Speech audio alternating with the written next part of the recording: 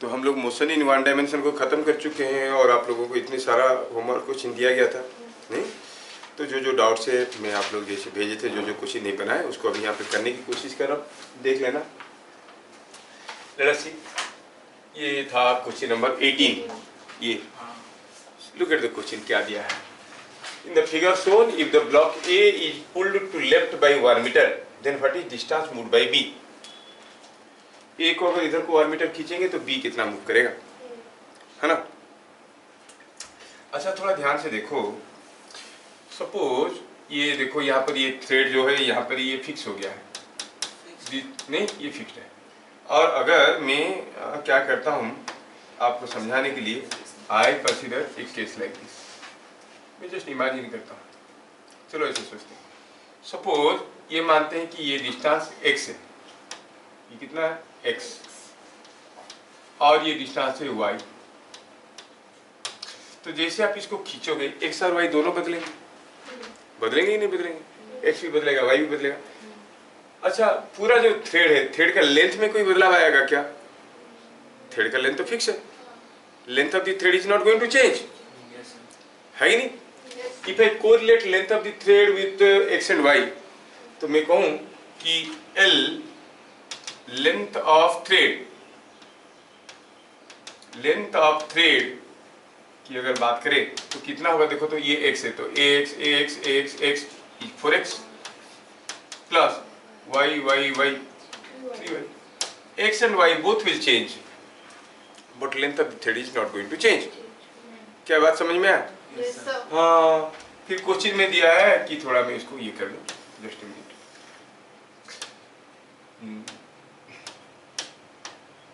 Question में दिया है कि अगर मैं इसको इधर को खींचता हूँ 1 मीटर तो ये कितना आएगा, इसको 1 मीटर खींचूंगा तो ये वाला लेंथ कितना बढ़ जाएगा? 1 मीटर। 1 मीटर बढ़ेगा? नहीं, ये बढ़ेगा 1 मीटर, ये बढ़ेगा 1 मीटर, ये भी बढ़ेगा 1 मीटर, ये भी बढ़ेगा 1 मीटर, है कि नहीं? कितना बढ़ जाएगा? 4 मीटर। अच्छा ये कुछ घटेगा, ये कुछ घटेगा, ये कुछ घटेगा, 3 मीटर। ये 3 मीटर घटेगा, 3 मीटर घटेगा क्या? अगर ये 1 मीटर आएगा तब ना, मालूम नहीं है कितना आएगा। कहने का मतलब है कि length of the thread is constant, length of the thread is constant. अगर ये मूव करेगा x तो ये लेंथ x बढ़ेगा, ये लेंथ x बढ़ेगा, ये लेंथ x बढ़ेगा, ये लेंथ x बढ़ेगा। मान लो कि ये मूव कर गया y तो ये बढ़ेगा y, ये बढ़ेगा y, ये बढ़ेगा y, घटेगा घटेगा y। क्या बात समझ में आ रहा है? बस ऐसी चीजों को ध्यान में लेके एनालिसिस करना है। चलिए फिर से शुरू करते हैं।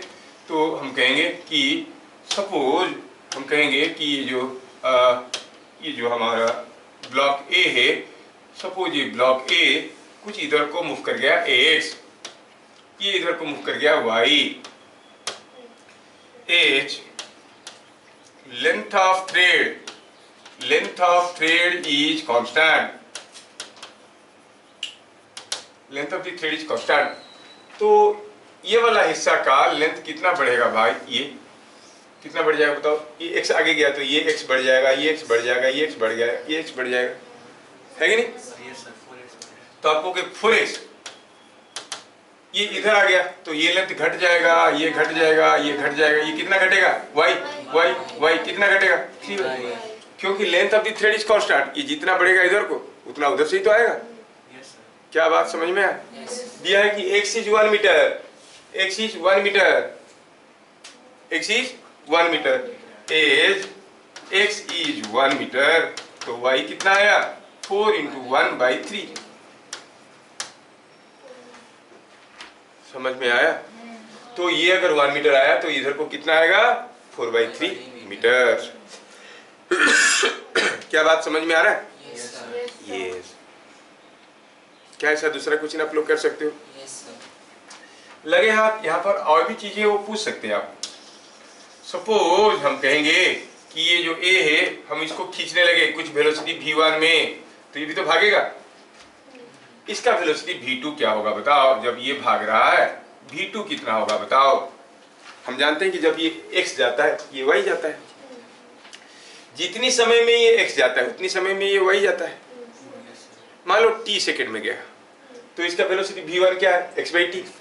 इसका वेलोसिटी v2 क्या है? y/t। you can know the ratio of their velocities. समझ में आया? Just for sake of example, ये तो सोल्यूशन था ही, आपको समझाने के लिए मैं थोड़ा एक्स्ट्रा करने की कोशिश करता हूँ. Let v1 is velocity of A, पूछा नहीं है. v2 is velocity of B. Let they move distances x and y in t seconds. तो v1 क्या हो गया, x इंटू x क्या हो गया, v1 इंटू टी क्या हो गया, x, v2 इंटू टी क्या हो गया, y. डिवाइड करो, v1 बाई v2 क्या मिलेगा, t तो कैंसिल हो गया, x बाई y. और अब हम देख चुके हैं कि x बाई y कितना है, 3/4. See in this relation it is coming out to be 3/4. मतलब a जितना वेलोसिटी में जाएगा, b जितना वेलोसिटी में जाएगा, उनका वेलोसिटी का रेशियो क्या है, 3/4. पूछने के लिए कुछ भी पूछ सकते हैं. हो गया ना खतरनाक क्वेश्चन? क्या चीजें समझ में आ रहा है? मैं केस बदल दूंगा तो आप लोग कर सकते हो क्या? चलो एक सिमिलर क्वेश्चन आपको देता हूँ. सिमिलर क्वेश्चन दिया है कि यहाँ पर ये कोई एक थ्रेड है, यहाँ पे लगा है पुली, ये गया ऊपर, यहाँ पे लगा है पुली, फिर आया थ्रेड, यहाँ पे लगा है पुली, ऐसे करके लगा, और इधर गया ऊपर, अब यहाँ पे लगा है कोई ब्लॉक.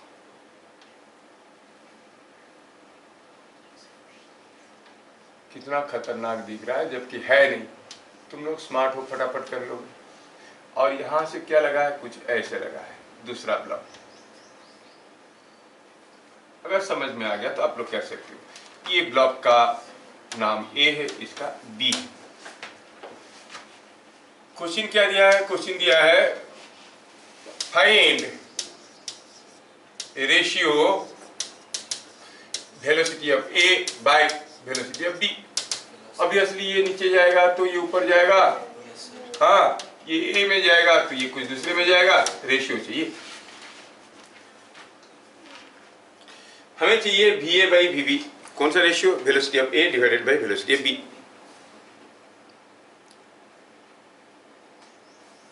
मैं करूं कि आप लोग करो? सोचना कैसा है, देखो, अगर ये जाता है x तो ये कितना ऊपर जाएगा, मान लो कि ये जाएगा y. Are you getting? ये अगर x गया तो चलो मानते हैं कि ये जाता है y. when b goes down by a distance x, this goes up by a distance y. कुछ जाएगा ना. ये तो नहीं हो सकता कि दोनों नीचे जा रहे हैं, एक नीचे जाएगा तो एक ऊपर जाएगा. अच्छा, अब ये ऊपर नीचे तो हो रहे हैं, लेकिन क्या ये थ्रेड का लेंथ कांस्टेंट है? 2 मीटर का थ्रेड लगाते हो, 2 मीटर का ही थ्रेड लगा है, कम ज्यादा हो नहीं सकता. अच्छा, ये अगर x नीचे गया तो ये वाला थ्रेड का लेंथ कितना बढ़ गया, ये वाला थ्रेड का लेंथ कितना बढ़ गया, जितना था, और x, इसका भी x, इसका भी x, इसका भी x, तो ये पूरा थ्रेड कितना बढ़ गया, 4x. आया कहां से, तो ये फिर क्या होगा, ये गया कितना, y, मतलब y must be equal to 4x. Are you getting? y must be equal to 4x. तो आप कहोगे कि as shown in figure y is equal to 4x. क्या आपको रिलेट कर पा रहे हो? हाँ,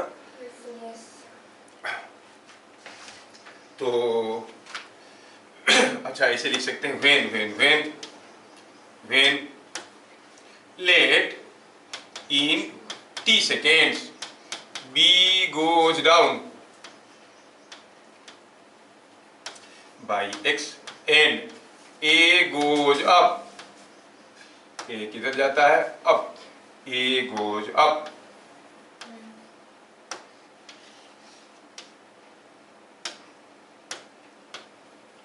by y. yes, so y is equal to 4x. तो y by t must be equal to 4x by t. दोनों तरफ t डिवाइड कर दो. ये y गया t सेकेंड में, वाई बाई टी क्या देगा? वेलोसिटी ऑफ ए देगा ही नहीं देगा। और ये एक्स क्या है तो क्या देगा? Velocity of T. तो क्या आपको V A by V B का रेशियो पता चल गया? ये 4:1। क्या बात समझ में आ रहा है? ऐसा दूसरा चीज देने से कर पाओगे? अच्छा ठीक है, तो यू गॉट ऑल दिस। ठीक है, नेक्स्ट क्वेश्चन। ये क्वेश्चन हम लोग क्लास में किए थे, फिर से थोड़ा रिपीट कर देता हूँ, आ गया तो और वीडियो में भी तो आ गया करते हैं। तो दिया है कि consider the two wheels of radius r and 3r connected by an axle. Distance between wheels is 4r. दो व्हील के बीच में डिस्टेंस 4r है। If the arrangement rolls on floor, it will bend to left. हाँ, ये इसको अगर role करवा देंगे तो ये ऐसे बेंड कर जाएगा, ऐसे घूम जाएगा। ठीक है, बेंड टू लेफ्ट और राइट पूछा है, किधर को जाएगा? जैसे रोल करेगा, बड़ा वाला व्हील जब तक एक बार घूमेगा, छोटे वाला भी तो एक बार ही घूमेगा, लेकिन छोटे वाला कम डिस्टेंस जाएगा, बड़ा वाला ज्यादा डिस्टेंस जाएगा। तो कैसे रास्ते में जाने से छोटा कम डिस्टेंस जाएगा, बड़ा ज्यादा डिस्टेंस जाएगा? अगर ऐसा वाला बड़ा वाला बड़े सर्किल में जा रहा है, छोटा वाला छोटे सर्किल में जा रहा है, तभी that means it will bend towards this. उल्टा कर देंगे तो बड़े वाला का सर्किल छोटा हो रहा है, छोटे वाला का सर्किल बड़ा हो रहा है, ऐसा तो नहीं हो सकता। हो सकता है क्या? तो क्या होगा, जब भी हम ऐसा कोई एक अरेंजमेंट को पुश करने की कोशिश करेंगे, it will turn around the smaller wheel, it will bend to left और right, it will say to right. ये समझ में आया। After it rolls and makes a complete circle, it returns to starting point, find the radius of the smaller circle. छोटा circle का radius बताओ। अभी ये फिगर में देखिए, अगर ये फिगर को मैं दोबारा यहाँ पे ऐसे ड्रॉ करता हूँ, ये हो गया आपका बड़ा व्हील और ये हो गया आपका छोटा व्हील और ये हो गया चीज ऐसे और ये दोनों ऐसे है। जब ये घूमेगा तो आप देखोगे, if you extend it like this, it will rotate about this point और ये कुछ ऐसे घूमने लगेगा, ये कुछ ऐसे घूमने लगेगा। क्या बात समझ में आया? घूमेगा कि नहीं घूमेगा ऐसे? तब मैं कुछ दूसरा तरीके से किया था, let it makes any revolution and all that करके किया था, है ना? तो अगर ये ऐसे जा रहा है और दिया है कि ये डिस्टेंस 4a है,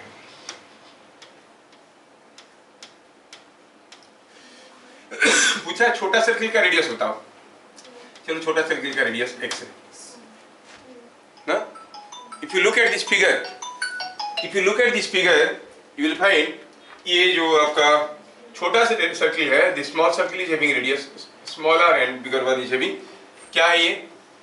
3r। तो want you look at this triangle,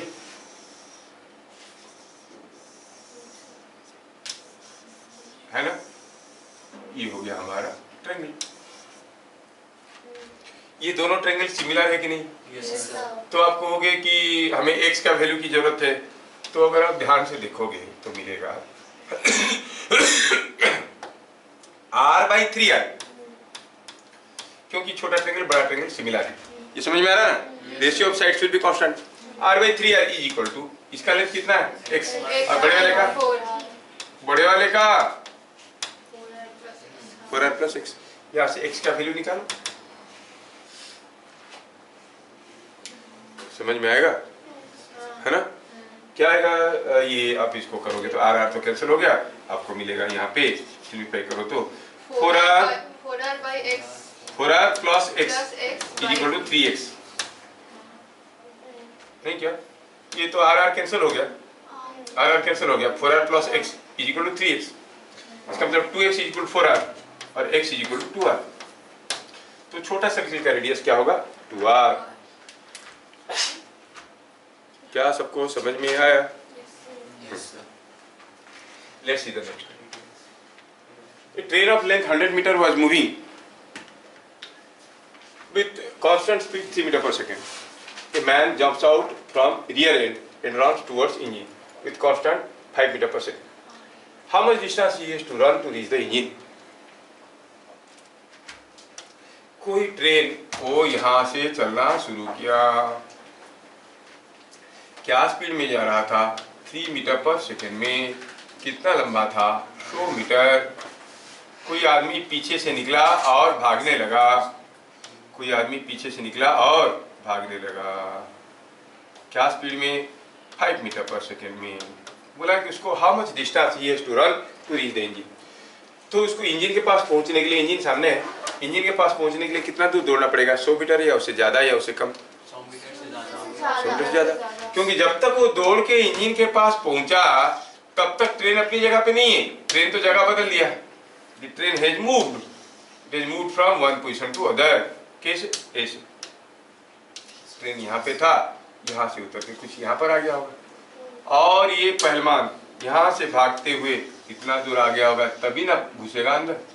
मतलब ये कि पहलवान भी बुढ़ा हो गया, पहलवान दौड़ते दौड़ते।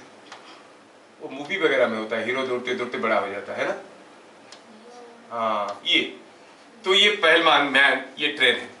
जब ट्रेन यहाँ से यहाँ तक गया, मैन दौड़ के यहाँ से यहाँ तक गया, कुछ सब्सटेंशियली मोर देन 100 मीटर। कितना दूर दौड़ना पड़ेगा? डी निकालने के लिए बोला है।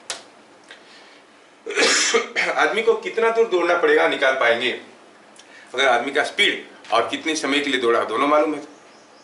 स्पीड तो दिया हुआ कितना है? 5 मीटर पर सेकंड। पर पता चला कि 25 सेकंड के लिए दौड़ा तो कितना दूर गया होगा? 125 मीटर। तो कितना समय के लिए दौड़ा? तो let he reaches engine after time T. तो टी सेकेंड में ट्रेन गया है कुछ यहां से यहां तक। This is the distance moved by the train. And आदमी गया है यहां से यहां तक।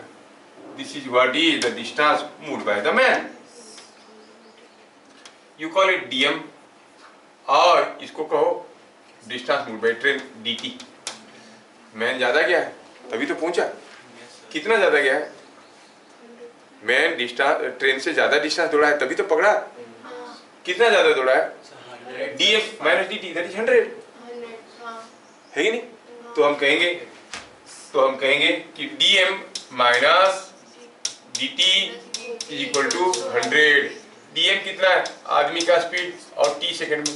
ये ट्रेन का स्पीड डीटी कितना है? Distance moved by train 3 metre per second.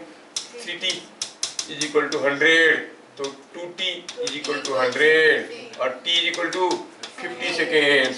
So distance run by man कितना होगा? ये velocity of the man into time. Velocity of the man दिया था 5 इंटू 50। तो कितना दौड़ना पड़ेगा उसको? 250 मीटर। क्या बात समझ में आया? Yes, sir. पक्का समझ में आया? Yes, sir. ऐसा दूसरा क्वेश्चन देने से कर लोगे? Yes, Yes, sir. चलो देखते हैं दूसरी क्वेश्चन। मान लो कि यहाँ पे कोई ट्रेन है और ये ट्रेन अब इधर आ रहा है 3 मीटर पर सेकंड में, और आदमी जो है वो गलती से आगे बढ़ गया था ड्राइवर के पास, और वो भागने लगा 5 मीटर पर सेकंड में। ठीक है, ट्रेन का लेंथ है 100 मीटर। तो भागेगा, कितना दूर भागना पड़ेगा to reach end B? Train AB of length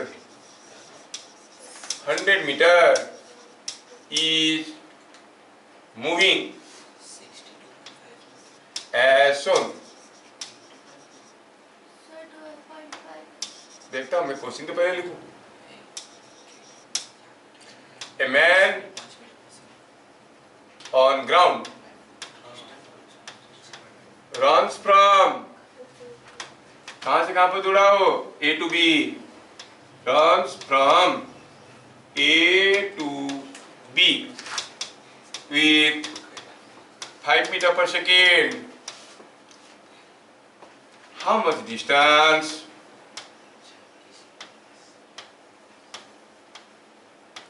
he has to run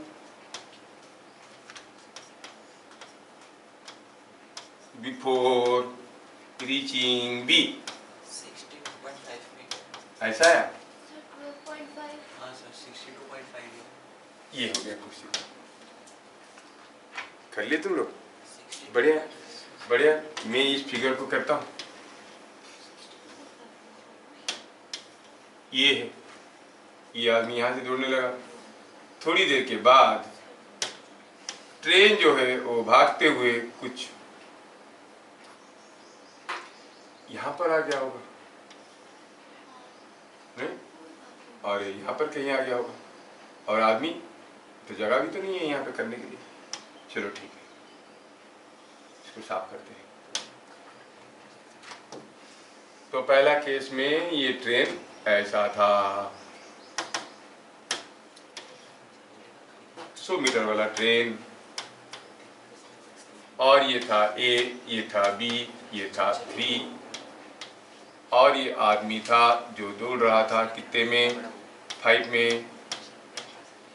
थोड़ी देर के बाद आदमी चला आगे, ट्रेन चला इधर, तो ट्रेन इस पोजीशन से बदल के कुछ इस पोजीशन में आया होगा, है ना।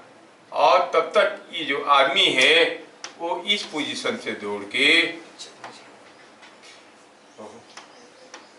ये मीटर पर सेकंड है, और जो आदमी है इस पोजीशन से दौड़ के इस पोजीशन पे आया होगा। तो आदमी को कितना भागना पड़ा, ये पता करना है कि नहीं। आदमी को भाग के यहाँ तक आते आते ट्रेन का पिछवाड़ा इधर आ गया तो चढ़ गया ऊपर, है। क्या कितना सिंपल है, देखो।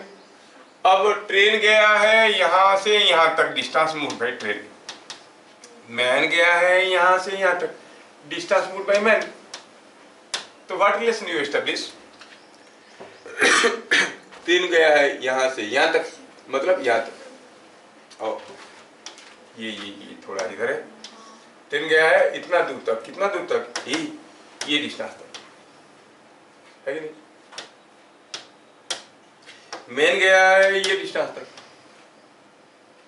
तो देखो तो dt प्लस dm क्या हो रहा है, ये लेंथ कितना है, 100 meter. 100 meters. Now dt plus dm is 100 metre.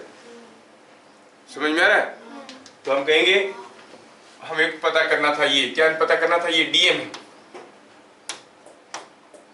ये dm है, dm पता करना था, dt प्लस dm। कोई बताएगा dt की जगह क्या लिखेंगे, velocity of train 3 into T. मान लो कि टी सेकंड में हुआ, है ना, वही जो भी कर, समझ में आ रहा है। और डीएम की जगह क्या लिखेंगे, 5 into T, that is equal to 100। तो टी कितना हो गया, 1.25, हाँ 12.5, ठीक है, जैसे आपकी मर्जी।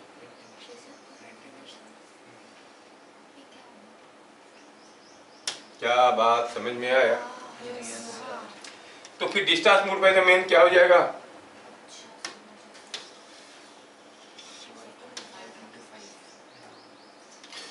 तो आप कहोगे distance move by the man is coming out to be, distance move by the man, so distance move by the man is, man का स्पीड था 5, that into 12.5 is coming out to be 62.5 metre.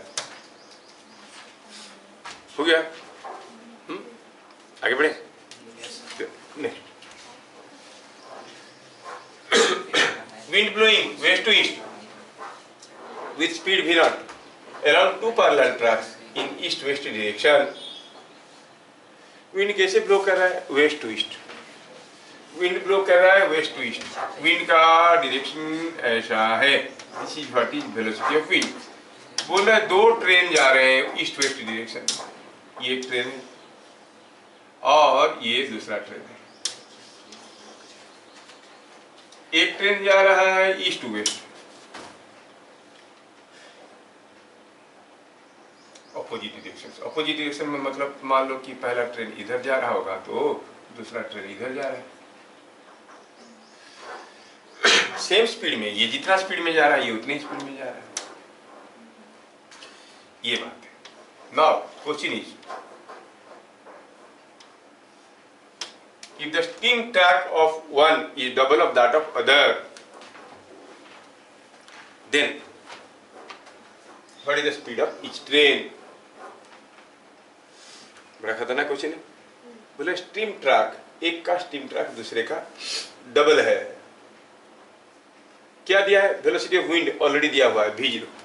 क्या दिया है? Velocity of wind is v0। सोचो हवा नहीं चल रहा, ये ट्रेन ही भाग रहा है और धुआं भी तो छोड़ रहा है ना, स्टीम इंजन है। तो जैसे भाग गया धुआं तो यहाँ रह गया, ट्रेन इधर चला गया, तो कैसे दिखेगा बताओ? दिखेगा कुछ ऐसे। ये जो ट्रेन है, ये ट्रेन जब यहाँ पर आ गया होगा, वो यहाँ पर जो धुआं को छोड़ा होगा वहीं पे पड़ा होगा, ट्रैक कुछ ऐसे दिखेगा कि नहीं? दिखेगा ना, क्योंकि धुआं को यहाँ पर छोड़ा और आगे भाग गया, है कि नहीं? इसके लिए धुआं को यहाँ पर छोड़ा और आगे भाग गया, तो इसका ट्रैक भी कुछ ऐसे दिखेगा। अच्छा, अब हवा चल रहा है, हवा चल रहा है, तो ये प्लस हो जाएगा। हाँ, ये इस लेंथ को और लंबा कर देगा, उड़ा के और भी लंबा कर देगा। Yes sir. जबकि इसकी केस में, इसी केस में वो माइनस हो जाएगा। ये छोटा हो जाएगा। ये समझ में आ जाना, ये समझ में आना जरूरी है। ऐसा हो जाएगा, ठीक है। मान लो t सेकेंड के बाद ये कितना लंबा हो गया? ट्रेन जा रहा है v में, विंड जा रहा है v0 में। तो पहला केस में फॉर दिस ट्रेन जो कि वेस्ट की तरफ जा रहा है, जो ट्रेन वेस्ट की तरफ जा रहा है, for the train moving towards west, आप क्या कहोगे? Length of the track L1 is equal to, train कितना गया? v t सेकेंड में vt, और हवा होता गया कितना जाएगा? v0 into T. ये भी लंबा कर देगा। vt plus v0 into T, समझ में आ रहा है? Yes sir. जबकि दूसरे केस में, सेकेंड केस में बात करें तो लेंथ 2 सेकेंड केस में क्या हो जाएगा? ये गया v2 v इंटू टी, क्योंकि दोनों सेम स्पीड में जा रहे हैं और हवा उसको छोटा कर रहा है, माइनस v0 इंटू। तो obviously L2 will be smaller than L1। यह है कि one track is double of the other, तो L1 is to L1, L1 is to L2 और L2 इज टू L1। बोला कि एक का ट्रैक दूसरे का डबल है, तो क्या कहोगे? L1 इज टू L2 और L2 इज टू L1, क्योंकि L2 छोटा है, दिख रहा है। L1 is to L2 given,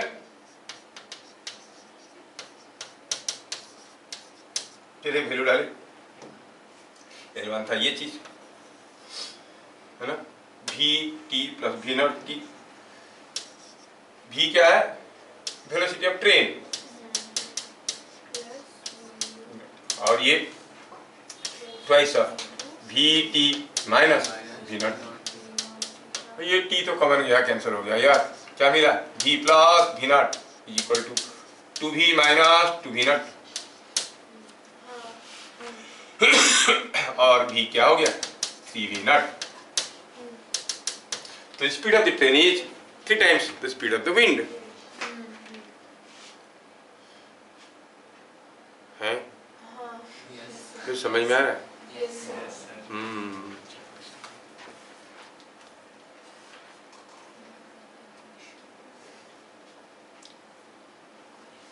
क्या बातें समझ में आया? आगे बढ़े। अगला, average speed of Shatabdi Express is 100 kilometre per hour between Rourkela to Calcutta. ये कोलकाता हो गया आजकल, नहीं? चलो ठीक है, कलकत्ता भी। However, its average speed between any two small stations on the way is 120 km per hour. Distance between Rourkela and Kolkata is 600 km. If there are 4 intermediate halting stations on the way, then find for how much time it stops at each intermediate station. समझ में आया? 4 station में रुक के पहुंचता है। बोला एक जगह से, एक स्टेशन से दूसरे स्टेशन तक उसका एवरेज स्पीड है कितना 120 किलोमीटर पर आवर, लेकिन ओवरऑल एवरेज स्पीड है 100 kilometre per hour. Reading overall average speed is 100 kilometre per hour. Overall average speed, overall average speed is 100 kilometre per hour. तो total time of motion, total time of motion is nothing but, आप जानते हो total distance कितना जाना है 600 kilometre by 100 क्या हो गया 6 आवर्स। लेकिन जब वो एक स्टेशन से निकल के दूसरे स्टेशन की तरफ जाता है बिना रुके, उसका एवरेज स्पीड है 120, और बिना रुके पूरा चले जाता है राउरकेला से कालकाटा, तो एवरेज स्पीड वही रहता है ना। तो if it does not stop,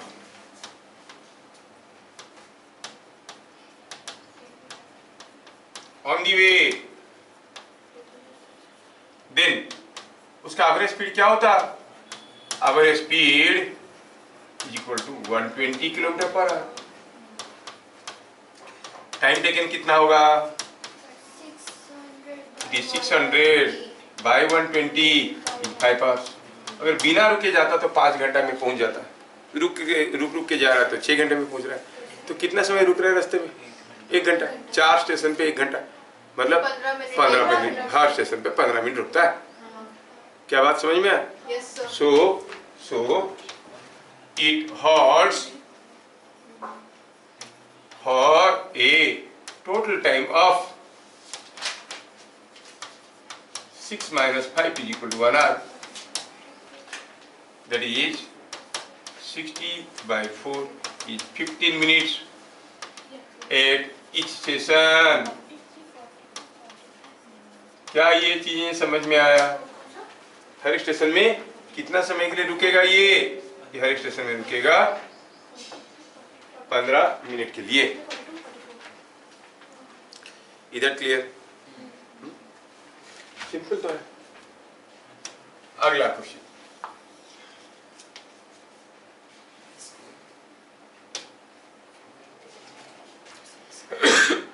a man takes 4 seconds to swim downstream by certain distance and 12 seconds to swim same distance upstream. लेकिन कोई तो पूछा, तुम में से कोई पूछा, swim same distance upstream in a river. To swim same distance in still water, what time he will take? Still water में जाने के लिए चलो मानते हैं कि Vf is velocity of flow, Vs is equal to velocity of swim. कोई swim करता है, जब वो इन द डायरेक्शन ऑफ फ्लो जाएगा, डाउनस्ट्रीम जाएगा, गोइंग डाउनस्ट्रीम,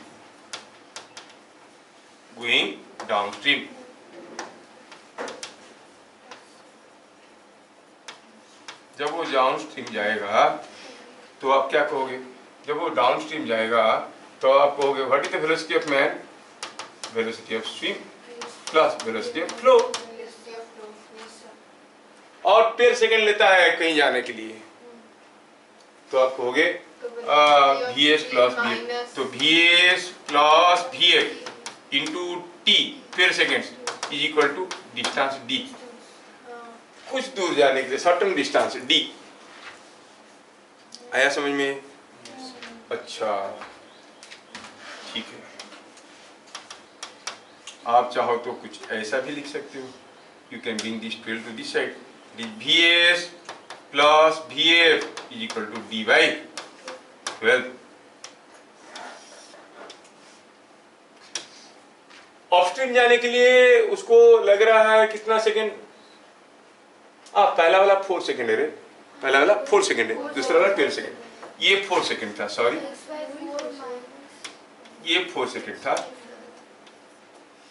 डाउनस्ट्रीम में उसको 4 सेकेंड है ना, while going upstream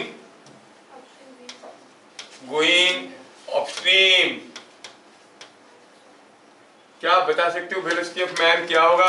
it is velocity of swing minus velocity of flow, है कि नहीं? दिया है 12 सेकेंड में, मतलब Vs minus Vf into 12 is equal to D, उतने ही दूर वापस गया, मतलब Vs minus Vf is equal to D by 12, call it equation number 2। जबकि इक्वेशन नंबर 1 हम लोग देख चुके हैं, it was Vs plus Vf, Vs plus Vf और क्या था वो, that was equal to D by 4 ही तो था। हाँ, क्या पूछा है? वो स्टिल वाटर में वह जाएगा तो वहां पर तो फ्लो स्पीड नहीं रहेगा, कितना समय लगेगा उसको, डी उतना ही डिस्टेंस जाने के लिए, D by velocity of swing. हमें डी बाई वी एस पूछा है, मतलब उतना ही दूर को जाएगा स्टिल वाटर में, उतना ही दूर मतलब डी, क्या स्पीड में जाएगा, वेलोसिटी ऑफ स्विंग, क्या टाइम लगेगा, डी बाई वी एस। हमें डी बाई वी एस पता करना है। और इसमें अगर हम देखेंगे, अगर हम ये दोनों स्टेटमेंट को जोड़ देते हैं तो देखो तो क्या हो रहा है, क्या ये Vf ये दूसरा Vf को खा गया, यस, मिला 2Vs is equal to D by 12 plus D by 4, is not it coming out to be D plus 3d by 12 is D by 3। तो अगर वो स्टिल वाटर में जाएगा तो कितना समय लगेगा उसको, D by V S, 2Vs is equal to D by 3, D by V S क्या होगा, वी एस इधर ले आओ 3 इधर ले आओ, 6 सेकंड्स। क्या बात समझ में आया? So time taken to move distance d in still water d by velocity of swing। हमें मालूम है कि 2Vs is equal to D by 3।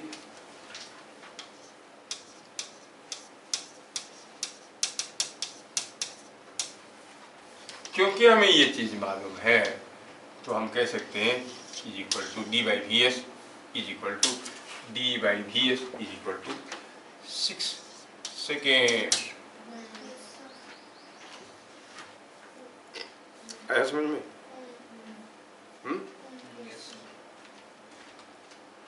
लिख रहे हो कि खाली देख रहे हो? मुझे फिर डाउट तो भेज दिया। अच्छा ये NCC,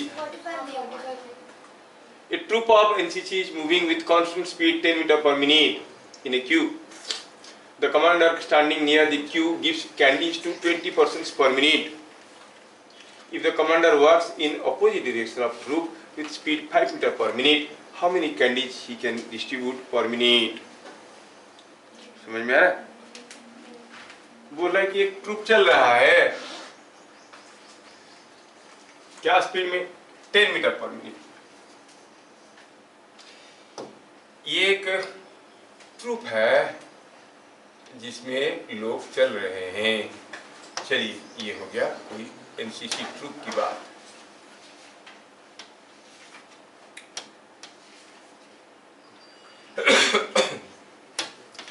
थोड़ा सा फिगर बना देंगे तो आपको विजुअलाइज कर पाओगे। ये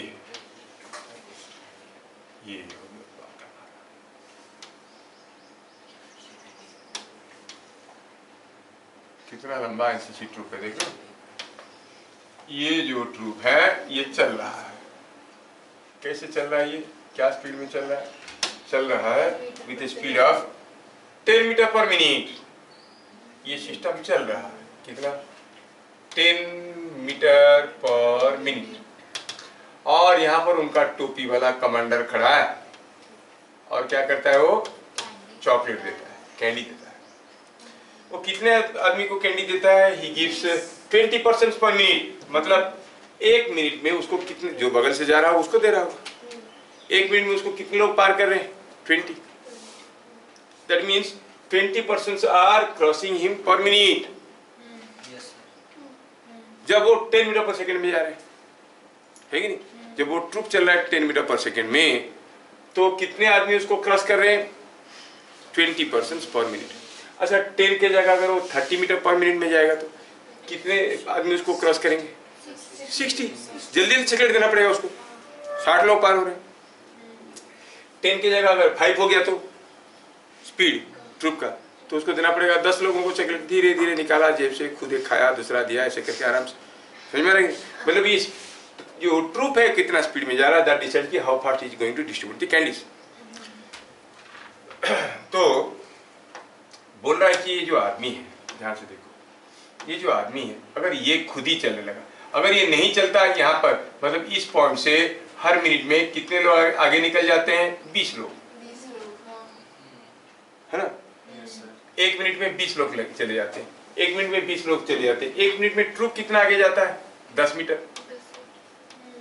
मतलब 10 मीटर डिस्टेंस में, 10 मीटर डिस्टेंस में कितने लोग हैं? ये लोग पार हो जाएंगे ना। 10 मीटर डिस्टेंस में कितने लोग हैं? 20 लोग हैं। वो 1 मिनट में सारे इसको पार कर जाएंगे। समझ में आया? वो आदमी अगर अपनी जगह खड़ा रहता है, ये सारे जो लोग हैं 10 मीटर की रेंज में, क्योंकि उसका स्पीड 10 मीटर था, वो सारे उसको पार करेंगे। सारे मतलब कितने? 20 लोग। क्लियर हो गया? अब बोला कि ये आदमी खुद ही चलने लगा। Now this man moves in opposite direction. क्या स्पीड? विथ 5 मीटर पर सेकेंड। तो ये 10 मीटर में जितना आगे जा रहा था, ये सारे लोग तो उसको क्रॉस करेंगे, प्लस ये कुछ एक्स्ट्रा लोगों को क्रॉस करेगा कि नहीं करेगा? क्योंकि यहाँ पर खड़े रहता तो यहाँ तक का लोग इसको पार होते, लेकिन आगे आ गया तो इन लोगों को भी तो पकड़ लिया खुद आके, है ना? 10 मीटर की लेंथ में 20 लोग रहते हैं। ये 1 सेकेंड में कितने, 1 मिनट में कितना आएगा? 5 मीटर। ये 1 मिनट में कितना आएगा? 5 मीटर दिया है। उसका स्पीड 5 मीटर पर मिनट में अगर आएगा, वो स्पीड 5 मीटर पर मिनट में किस डायरेक्शन में? ऑपोजिट डायरेक्शन में। तो कितना मीटर आ जाएगा 1 मिनट में? 5 मीटर। तो 10 मीटर में 20 लोग होते थे, तो अगर खड़ा था तो वो पार करते। ये लेकिन खुद इधर को आ गया 5, मतलब वो 20 को तो खिलाया, प्लस 5 मीटर में जो लोग थे उनको भी खिला दिया। 5 मीटर में कितने लोग होंगे? 10 लोग। और 10 लोग। मतलब यहाँ पर खड़ा होता तो 20 को खिलाता, खुद चल के आया तो और 10 को खिलाया। टोटल कितने को खिलाया?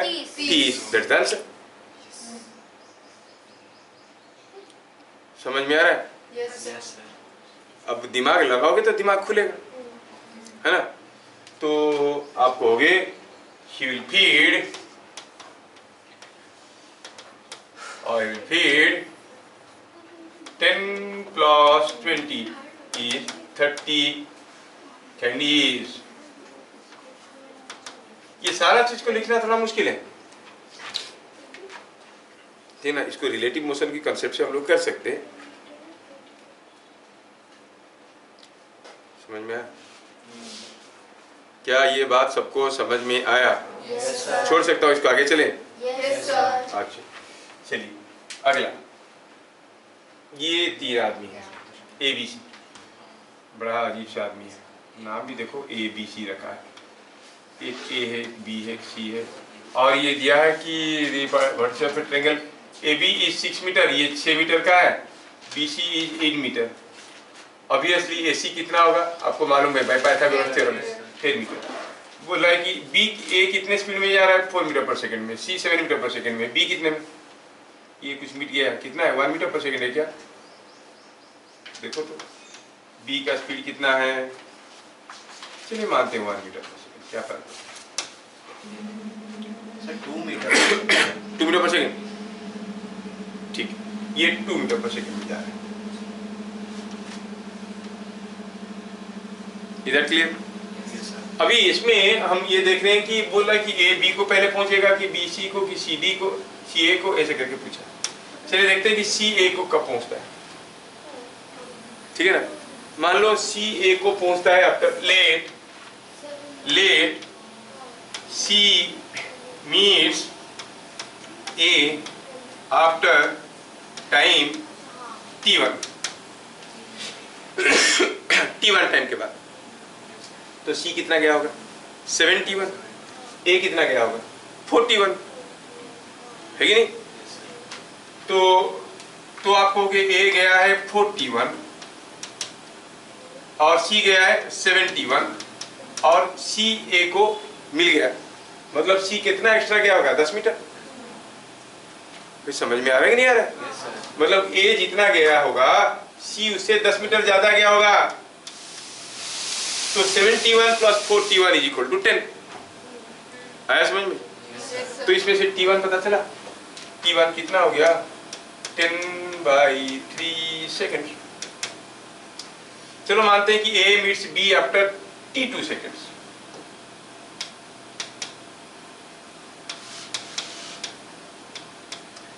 अगर T2 सेकेंड बाद A B को मीट करता है, क्या आप मुझे ऐसा रिलेशन बना सकते हो?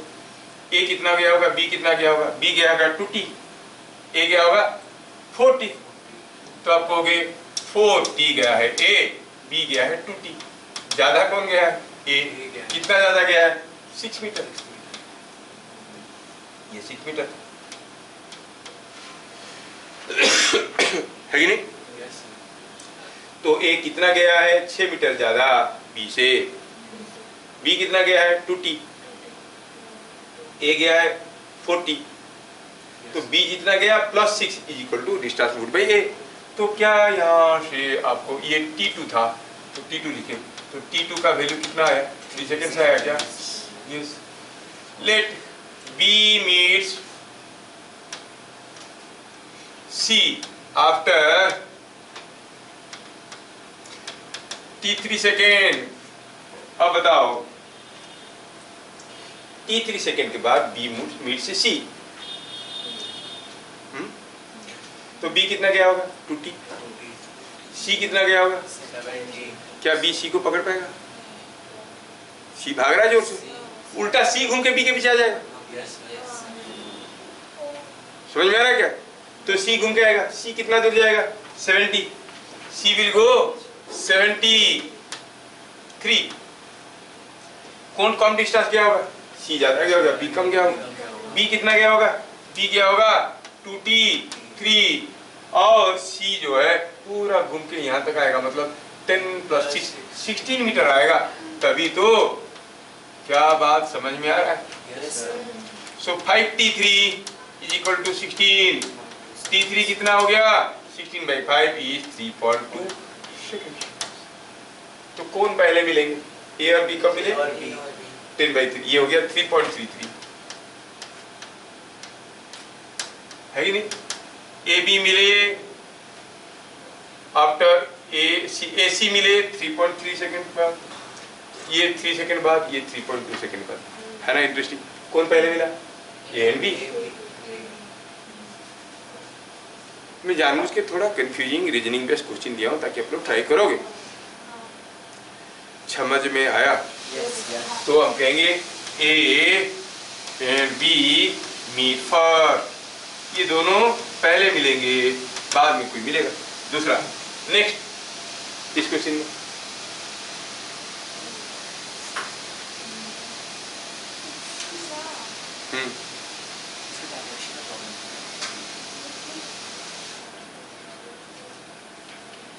A particle starting from point A moves in a circle in anti-clockwise direction. What is direction of velocity and average velocity after 1/6 revolution? 1/6 revolution. हाँ, ऐसे ये हो गया सर्किल। अच्छा, क्या आपको समझ में आ रहा है कि आफ्टर 1/6 रिवोल्यूशन ये कितना एंगल गया होगा? समझ में आ रहा है क्या? कितना आया होगा? 60 डिग्री। यस, क्योंकि पूरा होता है 360, तो ये हो गया 60 डिग्री। तो ये direction of velocity and average velocity.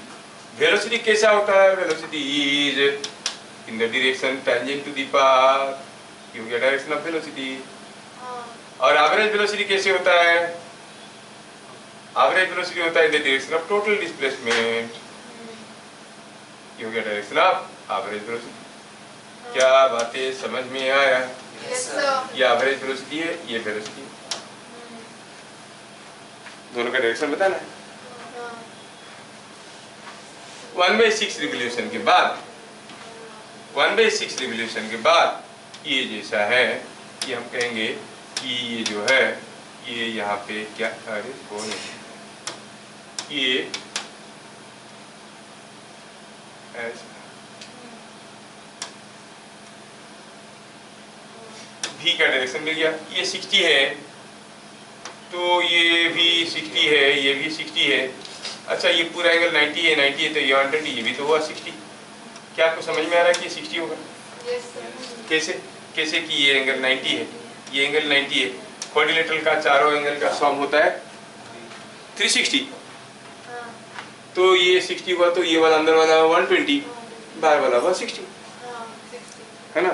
तो v का डायरेक्शन पता करना है। v का डायरेक्शन क्या हुआ? डायरेक्शन ऑफ v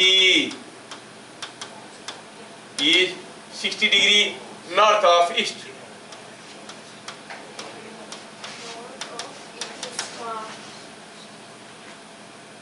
समझ में आया क्या? ए से चलना शुरू किया। एवरेज वेलोसिटी, अच्छा एवरेज वेलोसिटी देखो, अब ध्यान से देखें, ये जो एवरेज वेलोसिटी है, ये एवरेज वेलोसिटी समझ में आया ना? Average velocity is in the direction of total displacement. Why? Because average velocity is total displacement by total time. तो डिस्प्लेसमेंट का जो डायरेक्शन है एवरेज वेलोसिटी का वही डायरेक्शन है, टाइम तो पॉजिटिव स्केलर है ना? तो आप कहोगे कि अगर ये एंगल 60 है और ये लेंथ बराबर है तो ऑब्वियसली ये एंगल भी तो 60 है, ये एंगल भी तो 60 है, तो फिर ये एंगल कितना हुआ? 30, ये 30 हुआ। तो आप कहोगे average velocity direction of average velocity is 30 degree north of east. इसका 60 डिग्री नॉर्थ ऑफ ईस्ट होता था, इसका 30 डिग्री नॉर्थ ऑफ ईस्ट हुआ। क्या बातें समझ में आ रहा है? Yes, sir. विगा आंखें फाड़ फाड़ के नींद आ रहा है क्या? नहीं, ठीक। नेक्स्ट नेक्स्ट क्वेश्चन देखिए क्या दिया। A particle moves in a circle of radius r with constant speed v. After what minimum time average velocity is perpendicular to the instantaneous velocity? Average velocity will be perpendicular to the instantaneous velocity. Average velocity मान लो कि यहाँ से चलने लगा है constant speed v में, कितनी समय के बाद उसका एवरेज वेलोसिटी इंस्टेंटेनियस वेलोसिटी को परपेंडिकुलर होगा? मान लो कि जब वो यहाँ पे पहुंचेगा उसका एवरेज वेलोसिटी कुछ ऐसे होगा और इंस्टेंटेनियस वेलोसिटी कुछ ऐसे होगा। क्या आपको दिख रहा है एवरेज वेलोसिटी और इंस्टेंटेनियस वेलोसिटी आपस में परपेंडिकुलर है? नहीं, जबरदस्ती दिख रहा है। हाँ, तो कब होगा परपेंडिकुलर ये दोनों? जब वो यहाँ पे आके पहुंचेगा। ये समझ में आ जाना चाहिए कि when it moves to diametrically opposite point तब उसका इंस्टेंटेनियस वेलोसिटी ऐसे होगा, एवरेज वेलोसिटी ऐसे होगा। तो पूछा है कितनी समय के बाद ए से बी तक जाएगा? The question is after what time average velocity will be perpendicular to the, तो कितना समय लगेगा? दिया है उसका रेडियस r है ना, उसका रेडियस दिया है r। Time taken to move from A to B, A to B जाने के लिए कितना समय लगेगा? It is equal to pi r by v. That's all. उतना ही तो है। फिर समझ में आया कि नहीं आया? अरे चलिए अगला question. In a river, velocity of flow is v1. A man swims with velocity v2 in opposite direction of flow. What is the speed of the man? What is velocity of the man? Oh, Speed plus velocity of man is velocity due to due to flow and due to swim. ये flow के लिए और ये v1 है, और swim के लिए दोनों का वेलोसिटी को जोड़ेंगे तो वेलोसिटी मिलेगा। yes, sir. जोड़ेंगे, दोनों अपोजिट डायरेक्शन में जा रहे हैं, फिर भी वेलोसिटी तो वेक्टर है, दोनों वेक्टर को जोड़ेंगे। लेकिन अगर स्पीड ऑफ मैन पूछेगा तो हाँ, वेलोसिटी ऑफ फ्लो और वेलोसिटी ऑफ स्विम का डिफरेंस निकालेंगे, ये माइनस ये। क्या बात समझ में आया? That is the difference. When you find the speed, you find the difference in speed. If you find the velocity, sum of all velocities. मान लो कि कोई बोट है पानी में जा रहा है, वो बोट का अपना रोइंग स्पीड है और इधर पानी का फ्लो भी है और इधर हवा चल रहा है उसका सेल पे, वो भी किसी फोर्स दे रहा है। But the resultant velocity of the boat, velocity of wind plus velocity of rowing plus velocity of flow, सबको जोड़ दो, वो किधर भी जा रहा है क्या फर्क पड़ता है? सारा वेलोसिटी को जोड़ के करना पड़ेगा। तो आदमी ऑपोजिट डायरेक्शन में स्विम कर रहा है और सेम डायरेक्शन में स्विम कर रहा है, resultant velocity sum of the velocities. समझ में आया क्या? Yes. अच्छा, नेक्स्ट क्वेश्चन में क्या दिया है? Two cars start moving towards each other with speed 10 metre per second and 12 metre per second. A dog jumping out from second car keeps running between the two cars with a speed 20 meter per second till the cars meet. During this complete motion, what is average velocity of dog? ये थे क्या? यहाँ पर एक BMW था और यहाँ पर एक Mercedes। हाँ, कंपनी सेम है, जो बनाया ये देखो, ये ऐसा। अब देखो इसमें दिया है कि ये जा रहा है 10 मीटर पर सेकेंड और दूसरा आ रहा है 12 मीटर पर सेकेंड।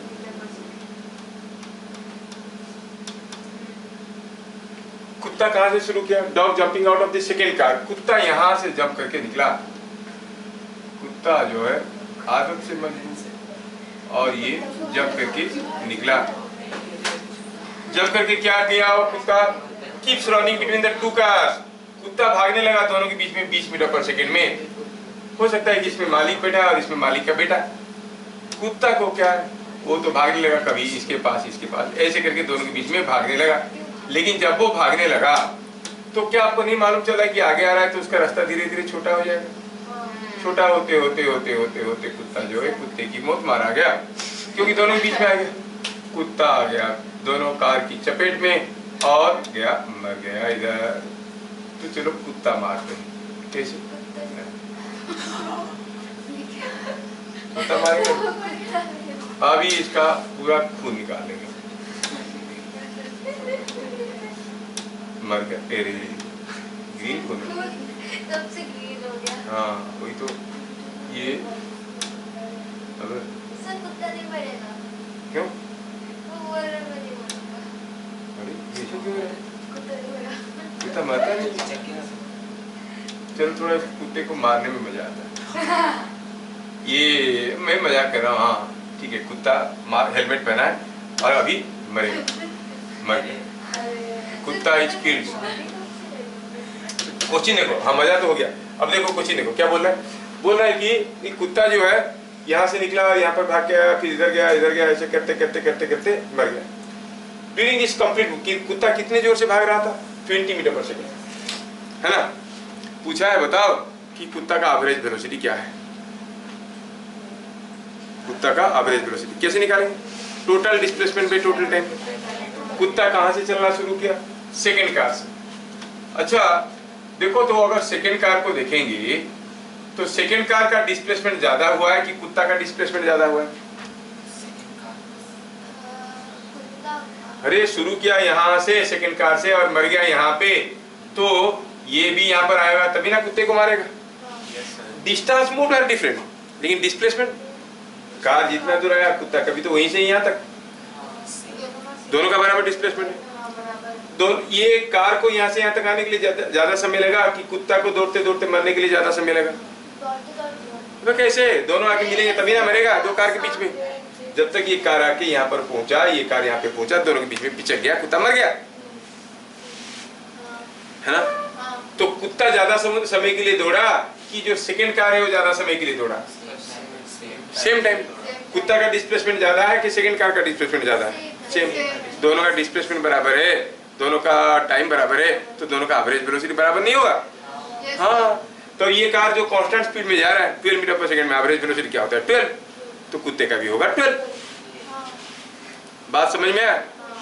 हाँ, अगर कुत्ता सेकंड कार की जगह पहला कार से निकल के भागता तो उसका एवरेज वेलोसिटी क्या होता है? 10। समझ में आ गया ना?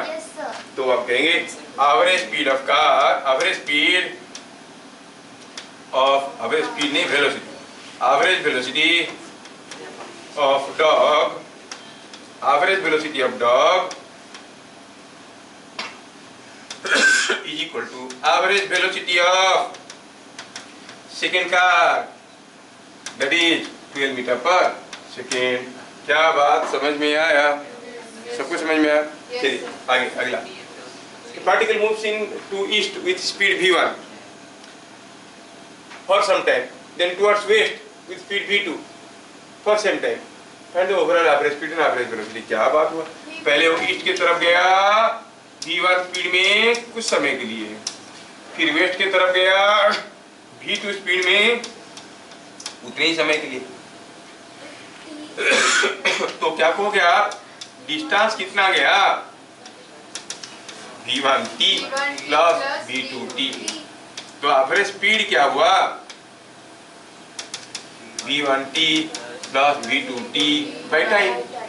टाइम कितना, 2t। It is v1 plus v2 by 2t। अगर कोई पूछेगा डिस्प्लेसमेंट कितना है,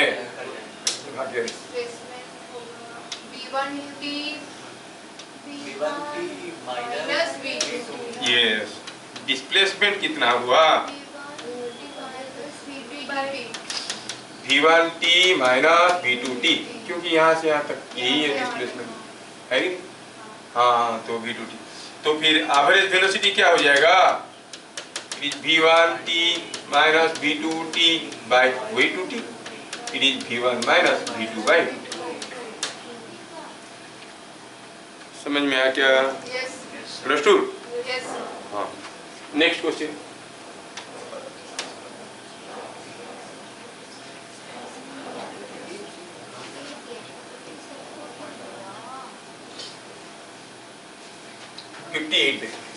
A particle is moving in a circle with speed, वो relative velocity का है।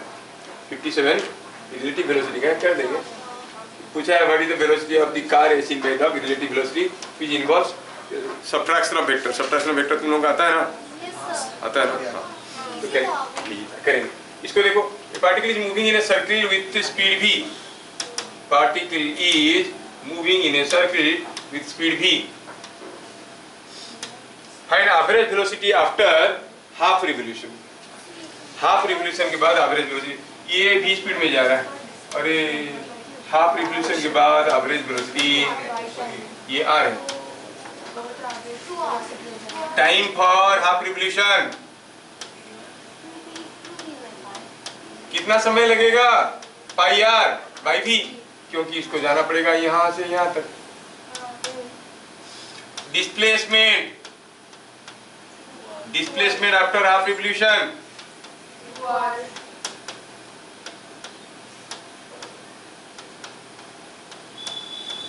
is equal to 2r। तो एवरेज वेलोसिटी क्या हो गया, 2r by pi r by v is 2v by. तो r चाहे कुछ भी हो फर्क नहीं पड़ता, r दिया नहीं है फिर भी फर्क नहीं पड़ता है, ठीक है। बाकी का न्यूमेरिकल आप लोग दोगे तो बाकी भी कर दूंगा, उसको भी कर लूंगा अगले क्लास में, ठीक है। Not feeling much well.